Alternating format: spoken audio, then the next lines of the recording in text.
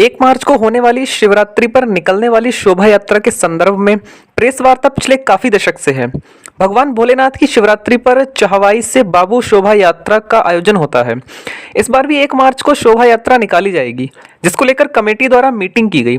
उसके बाद पदाधिकारियों द्वारा प्रेस वार्ता के दौरान बताया गया कि इस बार भी शोभा यात्रा बड़ी धूमधाम के साथ निकाली जाएगी, जो अपने मुख्य मार्गों से होती हुई चहवाई पर विश्राम करेगी। इस शोभा यात्रा का भक्तों द्वारा जगह जगह पर फूल मालाओं से स्वागत किया जाएगा।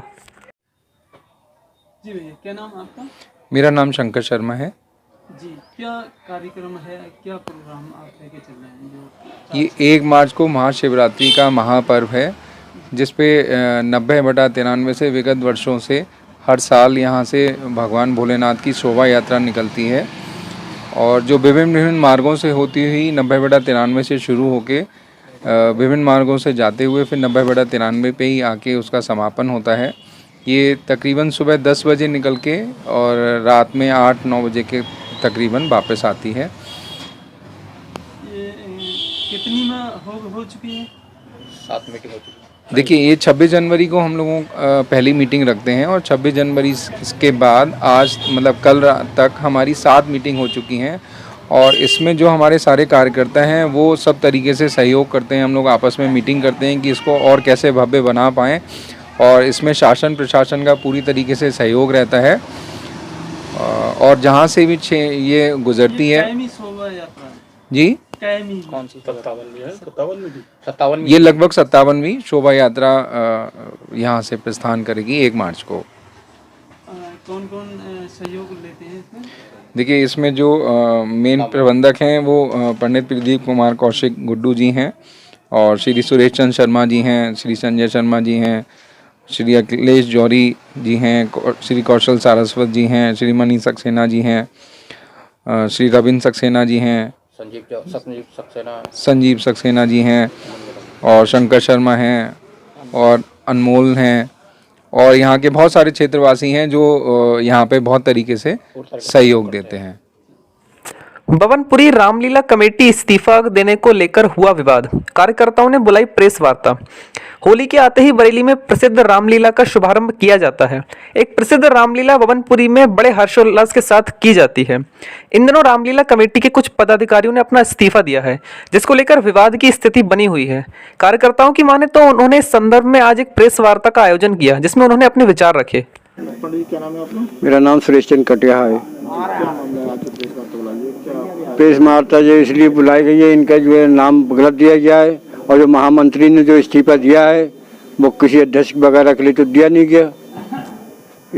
महामंत्री जो है अगर इस्तीफा देना है उन्हें तो राष्ट्रीय कार्यालय चिटफंड में वहाँ पे दे जाएंगे, तब उनका मान होगा, वरना वो इस्तीफा मान्य नहीं होगा यहाँ का कोई भी।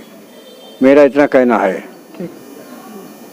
कोई भी अध्यक्ष नहीं है, आपको बता ही दिया गया कि अध्यक्ष जो कागजों में चल रहे हैं वो तो स्वर्गीय अनिल मिश्रा ही चल रहे हैं, कोई भी अध्यक्ष नहीं है। लेकिन रामलीला कमेटी की तरफ से तमाम ऐसे पत्थर जिन पे मंदिरों पे किसी पे 8 लाख खर्चा, किसी पे 6 लाख खर्चा, किसी पे 10 लाख खर्चा दिखाया है, जो कि हमारे रामलीला भवन का पैसा है, वो दूसरे मंदिरों पे नहीं लगाया जा सकता, वहाँ लगा दिया और अपने नाम के पत्थर लगवाए हैं वहाँ पे कि ये अध्यक्ष, ये महामंत्री, ये कोषाध्यक्ष। उन पत्थरों का जो है मंदिर में लगा हुआ है और रामलीला हम ही लोग कराना चाहते हैं, ऐसा नहीं है कि हम चाहते।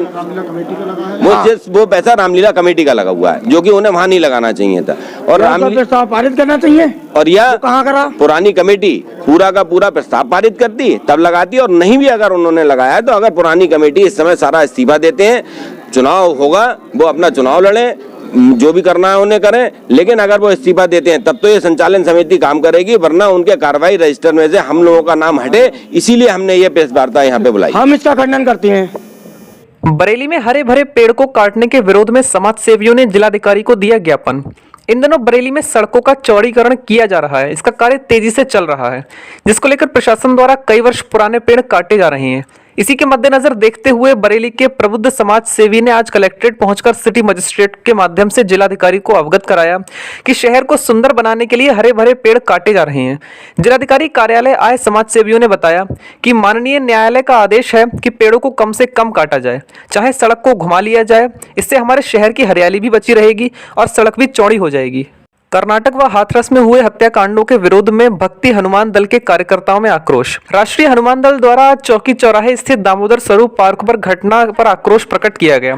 ज्ञात हो कि हाल ही में कर्नाटक के शिवमोगा में बजरंग दल के कार्यकर्ता भाई हर्षा जी व हाथरस उत्तर प्रदेश भाजपा युवा मोर्चा के कार्यकर्ता कृष्ण यादव की कुछ अज्ञात जिहादियों द्वारा हत्या कर दी गई। इन दोनों प्रोग्रामों में राष्ट्रीय हनुमान दल के अध्यक्ष दीपक पाठक द्वारा प्रशासन से मांग की गई कि इस हत्याकांड में जो भी अपराधी लिप्त है उसको तुरंत गिरफ्तार कर जेल में डाला जाए तथा फांसी की सजा दी जाए। साथ ही दोनों पीड़ितों के परिवारों को 25-25 लाख रुपए का मुआवजा, सरकारी नौकरी व परिवार को सुरक्षा प्रदान की जाए ताकि भविष्य में किसी के साथ भी इस तरीके की अनहोनी ना हो।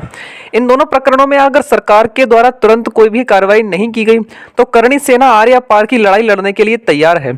करणी सेना के पदाधिकारी जुलूस की शक्ल में एडीएम कार्यालय गए और उनके माध्यम से राष्ट्रपति महोदय को ज्ञापन प्रेषित किया। कहाँ से आए, क्या मकसद है? देखिए, मेरा नाम दीपक पाठक है और मैं राष्ट्रीय हनुमान दल से महानगर अध्यक्ष हूँ। साथ में हमारे जिलाध्यक्ष भाई राज शर्मा जी हैं। जैसा कि कर्नाटका में अभी जो है कर्नाटका के मोगा जिले में भाई हर्षा की जो है कुछ जिहादियों द्वारा हत्या करी गई और वो हत्या सिर्फ इस बात पर की गई कि हमारी जो अभिव्यक्ति की आज़ादी है उस पर जो है अंकुश लगाया गया, इसलिए उसकी हत्या की गई कि उसने बुर्का को लेकर के एक पोस्ट की थी कि हिंदुस्तान के अंदर जो है विद्यालय में जो ड्रेस कोड है उसके अनुसार चलेगा, ना कि शरीयत का कानून चलेगा, और उसकी हत्या की गई। उसके अगले ही दिन हाथरस उत्तर प्रदेश में हत्या की गई और कल के बाद अभी कल ही की एक घटना है कि कल हमारे दिल्ली में भी एक जो है हिंदू भाई की हत्या की गई।